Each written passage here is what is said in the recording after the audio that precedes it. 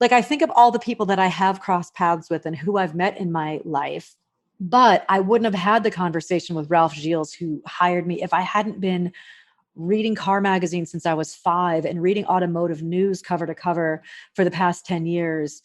You have to do all of those things so that when those opportunities come your way, you can make hay with them, because I guarantee you there's people crossing your path every day. But if you didn't have those years of preparedness, that moment is lost.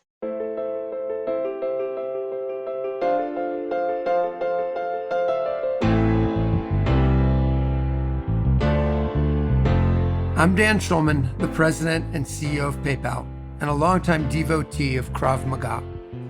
Welcome to my podcast, Never Stand Still, where I explore some of the guiding principles I've learned in martial arts and interview world-class CEOs, creators, and changemakers about how those philosophies apply to their lives as they perform at the top of their game. Breaking into an industry where most people don't look like you is no easy feat. Not only is climbing the ladder difficult, but being a pioneer can be lonely. So how do you learn to identify the path if it hasn't been cut for you? How can you reframe your uniqueness into your calling card? And can you reach your hand out behind you to help the next generation rise? Here's Kelly Campbell with a pep talk to help you find your inner strength when you need it most. Hi, I'm Kelly Campbell. I've trained within the Krav Maga worldwide system for over 20 years. I'm a 5th degree black belt and the highest ranking female instructor in the United States. When you find yourself defending yourself physically, you're most likely on your own. And the reality is, no one is coming to save you.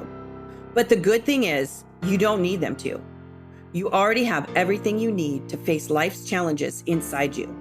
So when the going gets tough, dig down deep and trust that you will get through this. These days, Beth Paretta is known as a trailblazer in motorsports. She was the first female director to lead a performance brand for an original equipment manufacturer. She also formed the first majority women team in IndyCar history. But before all of that, she was just a little girl helping her family fix up an old truck. I know you loved cars as a kid. I think your dad and your brother bought and restored vintage cars. Your dad even drove, I think, a 1930 Model A Ford to car shows, which is crazy to think about. So what was it at a young age that attracted you to motorsports? It's funny because that 1930 Model A was his daily driver at the time. So this is in the mid 70s. So it was a 40-year-old car. But if you think of like there's no creature comforts in a 1930 anything. But I will say my dad's I gained his respect for cars, and it was more like historic preservation. It was the archival side of it and the respect for history and whatnot. So, but for me, I stumbled upon racing on television. So we weren't a racing family. And although we were a car family, my dad was not a gearhead. He was more the guy that knew to make sure that he was going to hire the right guy to rebuild the engine. He respected what he didn't know. And ultimately, though, flipping through the channels, I would stumble upon racing and came to love it and found it somewhat mesmerizing. Fast forward a couple of years. So my brother and father were working on this truck as a project because my brother actually had leukemia and acutely aware that he has it. And he, I think at the age of 13 or maybe 14, said, okay, I want to get a truck. We'll restore it. And then when I turn 16 and I get my driver's license, it'll be mine. And so that's what started this journey of getting this truck and restoring it. And so it was this project in the family. And I was, 3 years old, 4 years old, 5 years old, and bless them, they included me when they could have excluded me as, a little kid. And I think that was just more the sweetness of the dynamic of the family, of knowing that we have this, my brother's going through this challenging thing.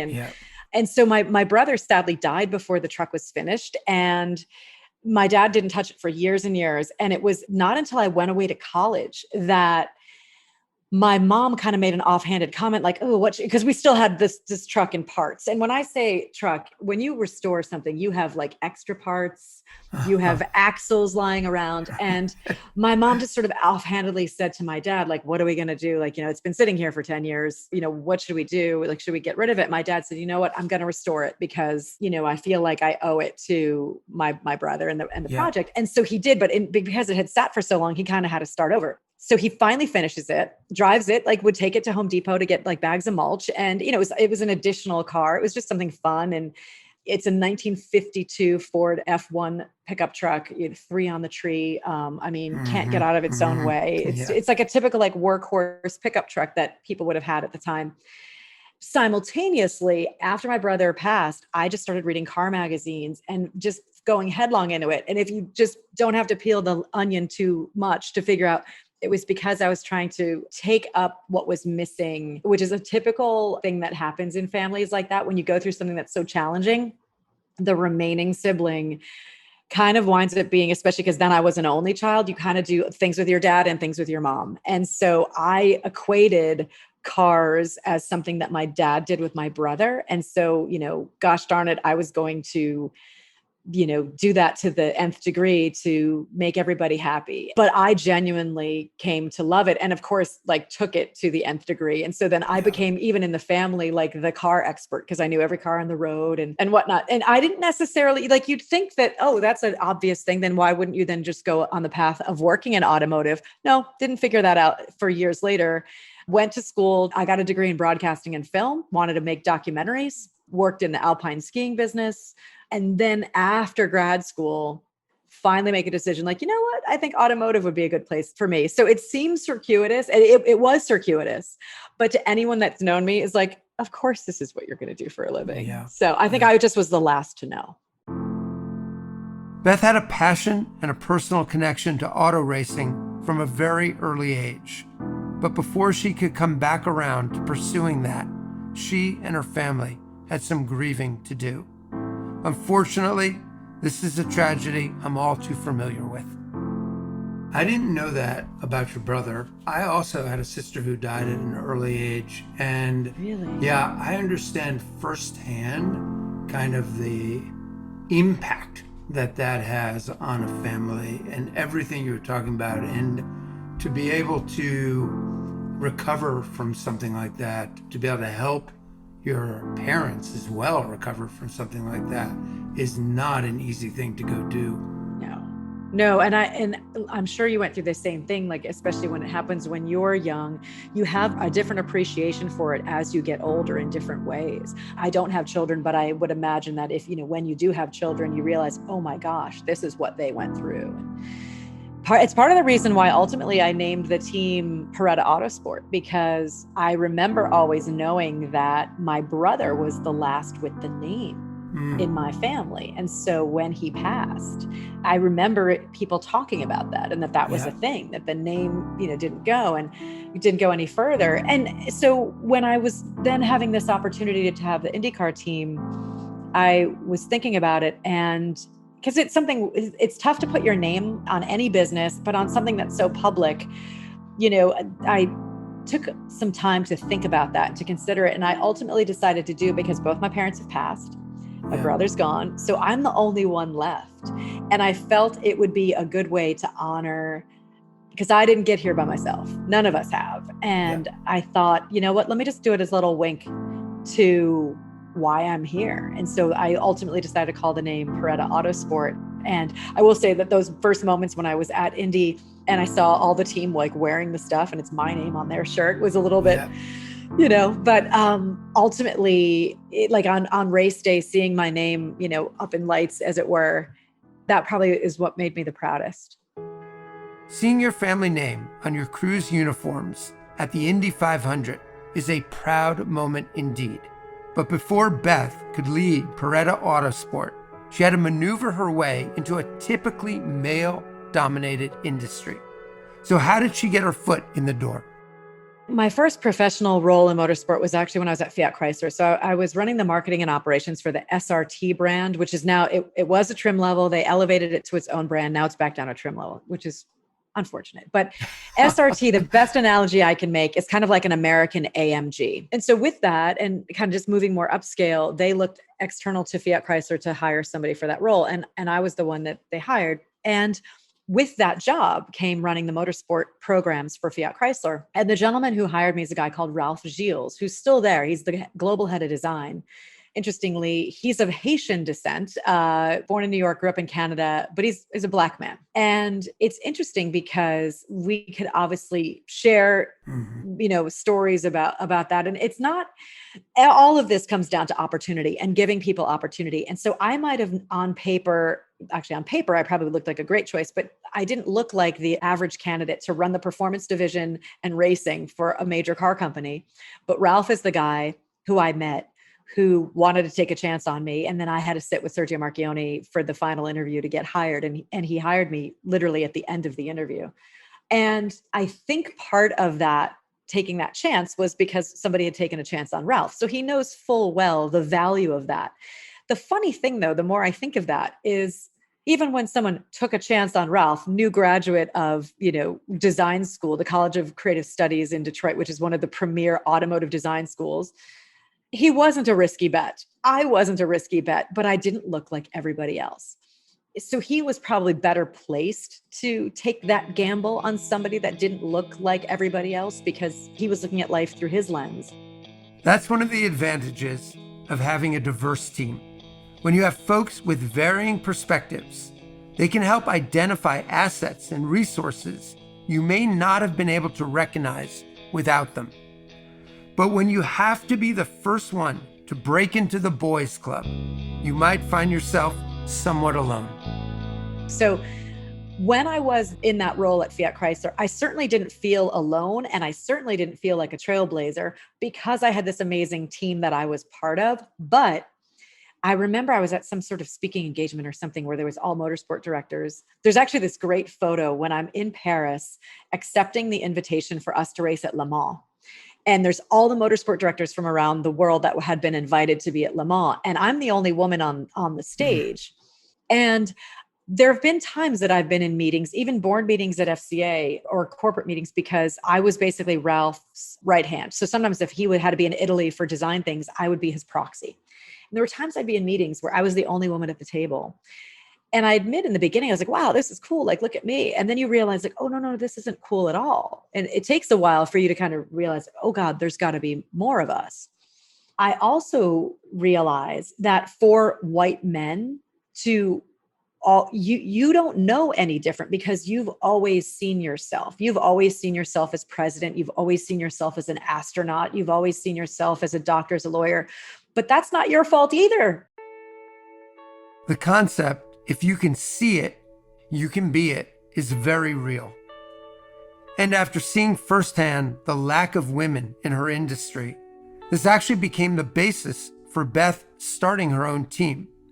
In 2016, she launched Paretta Autosport with the goal of taking a predominantly women's crew to the Indy 500 to get girls excited about STEM, science, technology, engineering, and math education.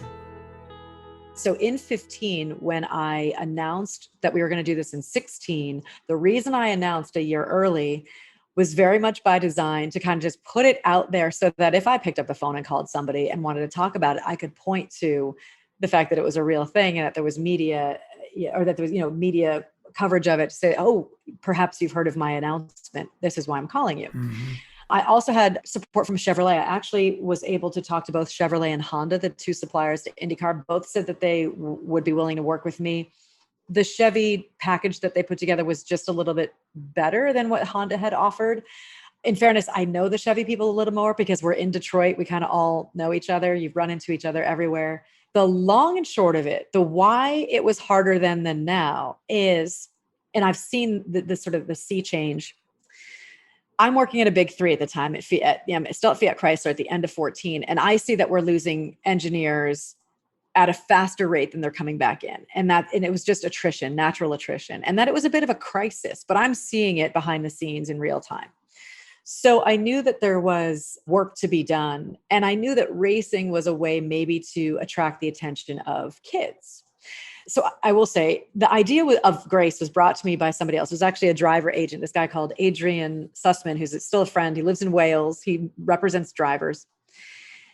And he just said, hey, what about like an all ladies team for the 500? And I was like, oh, that's pretty cool. Yeah, you could do that. And then I started thinking about it more and more. And the idea was like, but okay, you could do so much more with it. And again, he's saying it of like, hey, this is like a cool hook. I'm saying it from my perspective because I'm looking at it in the lens of I work for a car company and I know that there's some real work to be done. So if you're General Motors or Ford or Boeing, anybody, you're recruiting from colleges, you're going to college fairs. Colleges are recruiting from high schools. But the reality is I started doing a bunch of research and learned that you need to plant the seed much younger because we need to basically prime the pump and get more people into the funnel. And you can affect a kid's trajectory of what they want to be when they grow up from between the ages of 10 and 12. That's why every 5-year-old wants to be a princess or a fireman because it's what they see. No 6-year-old says, I want to be an actuary or I want to be the CEO of PayPal unless they know the CEO of PayPal. Like They never occur to them what that is and what you do all day. So true. Obviously, there's a connection between engineering and motorsports, but using the Indy 500 as a fun, high-octane career fair is innovative, out-of-the-box thinking. So it then became, okay, let's do something with it. And let's see if I can get General Motors or these big companies to start investing in kids, to start investing in that 10 to 12-year-old range. Back in 2015, which wasn't that long ago, they weren't hearing it because they could hear it like, oh, that's a great idea, but they couldn't measure the direct ROI. It was too long a walk. Mm-hmm. Now, though, I think you're seeing everybody saying, yep, we need to invest in kids because if you are General Motors and you invest in a kids program and that kid grows up to work at Ford, but Ford invested, it takes a village mentality. And we weren't quite there yet in 15, 16. So I think if anything, I just might've been early. Got it. The world has changed. And the idea of STEM education and STEM careers for girls and women is like all the chat now. But it was really just starting in 15 and 16. So that's the big answer. The micro answer is in 15, I had sat down with Roger Penske and he wanted to run with us in 16. But then there were some logistics challenges at the end of 15 and he kind of had to pivot and he's like, I can't run you in 16. Okay. But he told me this in like September of 15. So I had plenty of runway to change what I needed to change. So I wind up tying up with a different team. We were going to make the announcement in April that we were running at the end of May. And literally 2 days before the press conference, and I'm talking scheduled press conference, we got the outfits, got the whole thing, got the press release. The guy from Chevrolet is flying in for the press conference. It's going to be at Long Beach Grand Prix. 2 days before the press conference, the team that I was going to be working with, the owner of the team called me and he's like, yeah, here's the thing. I think that the 500, it's funny. I've never really told this out loud, but he wanted to change the terms of the deal. And he used the excuse of like the 500 is too dangerous to have these women. And I only had like a couple of women. It was going to actually be a bit of a smoke and mirrors for that as a way to start. Yeah. Whereas this year's no smoke and mirrors. You guys all saw it. You saw the pit stops. Like you can't fake that. And when I say smoke and mirrors, I mean, okay, I was going to have some women dressed up that were basically going to be just apprentices, right? So on race day, are they going to be going over the wall? No, but they're like in the wings learning it. So that I say that as smoke and mirrors. It was still legit. It's just they would have been earlier in the learning cycle. Correct. Yeah. So a couple of days before the press conference, now keep in mind at this point, the race is only 6 or 7 weeks away, 7 weeks away. He wants to change the terms of the deal. And he thinks that I'm going to, he thinks I'm an abject rube. So he wants to still take my money, but then run us in races later in the season and put somebody else in the car for the 500 for basically a little bit more than the money I'm spending. Doesn't come to me and say, hey, I have a counter offer. Because what happens is we rent a seat for the 500. That's how it works. Mm-hmm. So you have full-time teams that might run 3 cars, but for the 500, they'll run like a 4th and 5th car. And if you're somebody that has money and a driver, you rent that car and the people. Got it. So I had the deal to rent the car and the people and bring in some extra people of mine, the ladies. And he gets squirrely and he wants to change the terms of the deal. And he thinks I'm going to bite. Instead, I say no. And so I take my things and go. But now I've got 7 weeks to find another dance partner, as it were. And it's like musical chairs. Who's got space? I've got a Chevy engine. I also had a Honda engine. Technically, I had both. Chevy was even saying, if you need to even get in a Honda for this year, just do it. Like everybody was behind the scenes. I did have some amazing help. I had other people that could have been more helpful that weren't. And I still know who they are. In fact, Roger was super helpful even at the 11th hour. Roger Penske was super helpful with trying to help me get some parts that I needed. Anyway, so why it wound up being a tough musical chairs dance was there was a shortage of cars that year. It was 2016. It was a bit of a perfect storm. Other teams were caught out by it. It was the 100th running. There were teams that would normally run extra cars that chose not to that year because of schedule conflicts. So it was just a weird. Weren't there only 33 cars that ran that year? And only 33 cars ran that year. And there were a few of us on the sidelines. Exactly right. And ultimately, the last available chassis that I could find, I drove down. I was driving back and forth to Indy. I live in Detroit. So I'm 5-hour drive back and forth. 3 weeks before the 500, I find one last car. It was a shade away from being a barn find, but it was in a shop. I go there. I get a couple of experts to go look at the car with me because I'm not an expert to look at a car. And we determined that this car had been involved in a fatal accident the year before, which in fairness, believe it or not, we still would run. This is a car that hit somebody else and that person unfortunately perished. And it was a friend of ours. It was Justin Wilson, who was killed in from an accident in Pocono in 2015. And we could have had that car and I could have run it.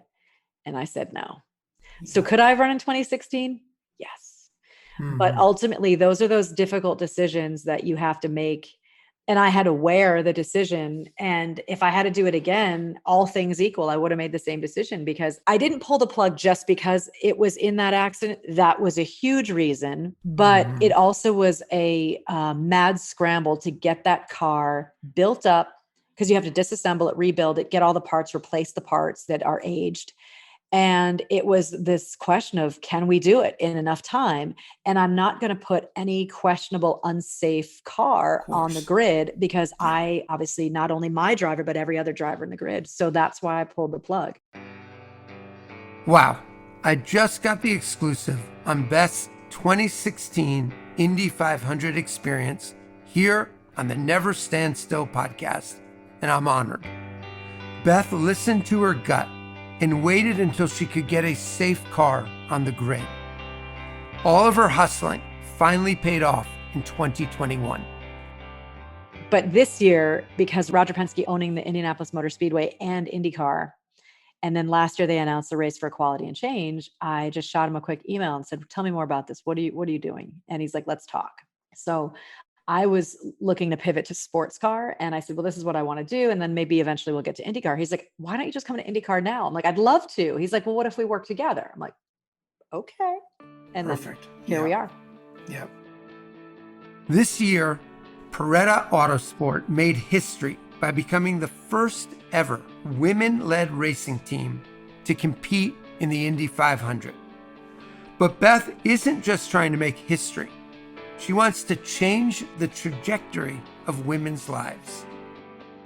Well, it's funny because I think if I had to do it over again, I would have pursued a career in engineering, just knowing how my brain works. But I'm kind of the example of, like we say, we pursue things that we see or that are available to us.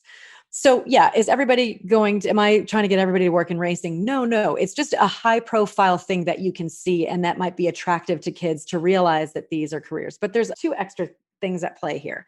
I want to make sure that parents then will have the resources to support their kids because I didn't pursue anything in a STEM field because neither of my parents worked in STEM fields. So I don't think they had the ability to recognize it in me and be able to cultivate it in me in the way that they probably could have or should have.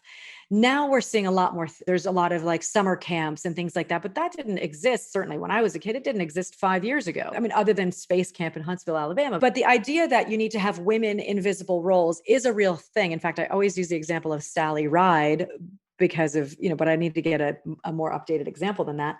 But Sally Ride was a great example. First American woman in space. And after that, young girls went to space camp. And thank God for somebody like Sally Ride, who didn't need to see herself. She just kind of, and I have to read more about her background of what gave her the gumption to do it. but it is innate for us that we need to see, that idea, if you see it, you can be it. That's a real thing for women. I did it even in my own automotive career. I'd be reading our trade magazine every week of people's promotions and new assignments and new roles and executive level roles. And I remember finally reading about this woman who ascended to a role. And I was talking to a friend of mine, like, how do I start to get considered for these kinds of jobs? And he's like, oh, you need to work on your visibility. And it occurred to me years and years later, I'd been reading that trade magazine for over a decade. And it wasn't until I saw a story about a woman getting a promotion that I thought, well, what about me? I could do that job. I've been reading about every man under the sun, and I'm an educated woman and I still did it myself. So we're not going to undo that for women. So instead, the counter is to show examples. That makes so much sense. Of course, seeing someone who looks like you succeed helps plant the seed that you can do it too. We all need examples to emulate. And Beth is laser focused on showing young girls how cool it is to be a woman in STEM. But it's not just about racing or STEM. It's so much bigger than that. But then the last bit of why this is really important, I think, for women specifically, when we talk about equity, we talk about education, we talk about jobs. But why? Because if women have jobs and they have financial stability and financial literacy for women, it gives them agency. And then they don't have to be dependent on anybody else.